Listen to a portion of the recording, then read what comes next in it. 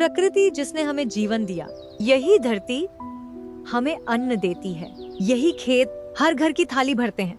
लेकिन क्या आपने कभी सोचा है, जिस मिट्टी से जीवन उगता है, अगर उसी मिट्टी में धीरे धीरे जहर घुलने लगे तो क्या होगा? क्या हमारी थाली तक पहुंचने वाला भोजन सचमुच सुरक्षित है? आज की इस शॉर्ट फिल्म में हम जानेंगे कीटनाशकों का वह सच, जिसे हर किसान और हर परिवार को जानना बेहद जरूरी है। कल्पना कीजिए, एक छोटा बच्चा अपनी माँ से कहता है, मम्मी मुझे सेब चाहिए।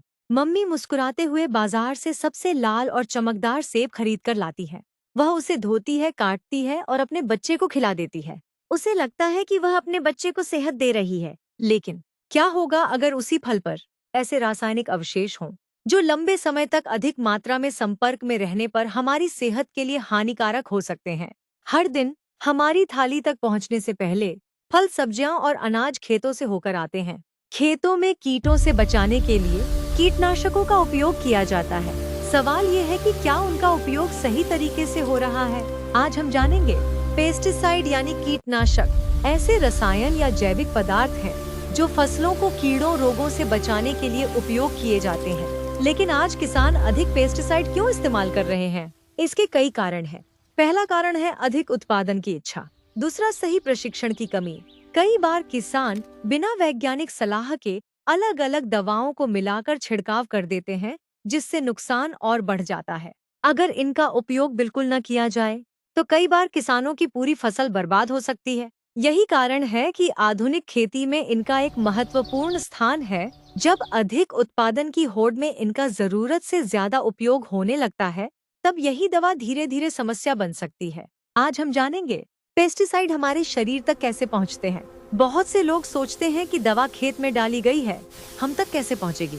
असल में इसका रास्ता बहुत आसान है।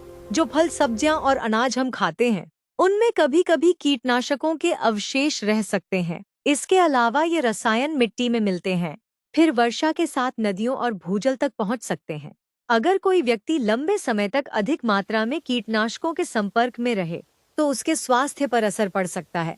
वैज्ञानिक अध्ययनों में पाया गया है कि कुछ कीटनाशकों के लंबे समय तक अत्यधिक संपर्क से तंत्रिका तंत्र प्रभावित हो सकता है, हार्मोन के संतुलन पर असर पड़ सकता है, प्रजनन स्वास्थ्य प्रभावित हो सकता है और कैंसर जैसी गंभीर बीमारियों का खतरा भी बढ़ सकता है।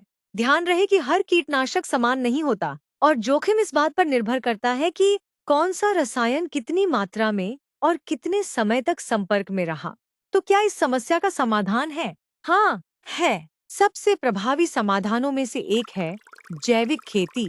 जैविक खेती वह पद्धति है जिसमें रासायनिक कीटनाशकों और रासायनिक उर्वरकों पर निर्भरता कम करके प्राकृतिक संसाधनों का उपयोग किया जाता है और अन्य प्राकृतिक उपाय अपनाए जाते हैं। इससे मिट्टी की उर्वरता बनाए रखने और रासायनिक अवशेषों को कम करने में मदद मिल सकती है।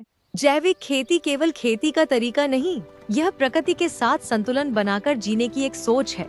कल्पना कीजिए, ऐसे खेत जहां मिट्टी जिंदा हो, हवा शुद्ध हो, पानी प्रदूषित न हो, मधुमक्खियां और तितलियां फिर से लौट आए और हमारी थाली में ऐसा भोजन हो जो पोषण दे। चिंता नहीं, याद रखिए, जब खेत जड़ से नहीं प्रकृति की शक्ति से लहलहाएंगे, तभी हमारा भविष्य सचमुच सुरक्षित होगा। दोस्तों, मेरी राय में फसल की सुरक्षा जितनी जरूरी है, उससे कहीं ज्यादा जरूरी इंसान की सुरक्षा है, क्योंकि स्वस्थ इंसान ही स्वस्थ परिवार, स्वस्थ समाज और बेहतर भविष्य की नींव है।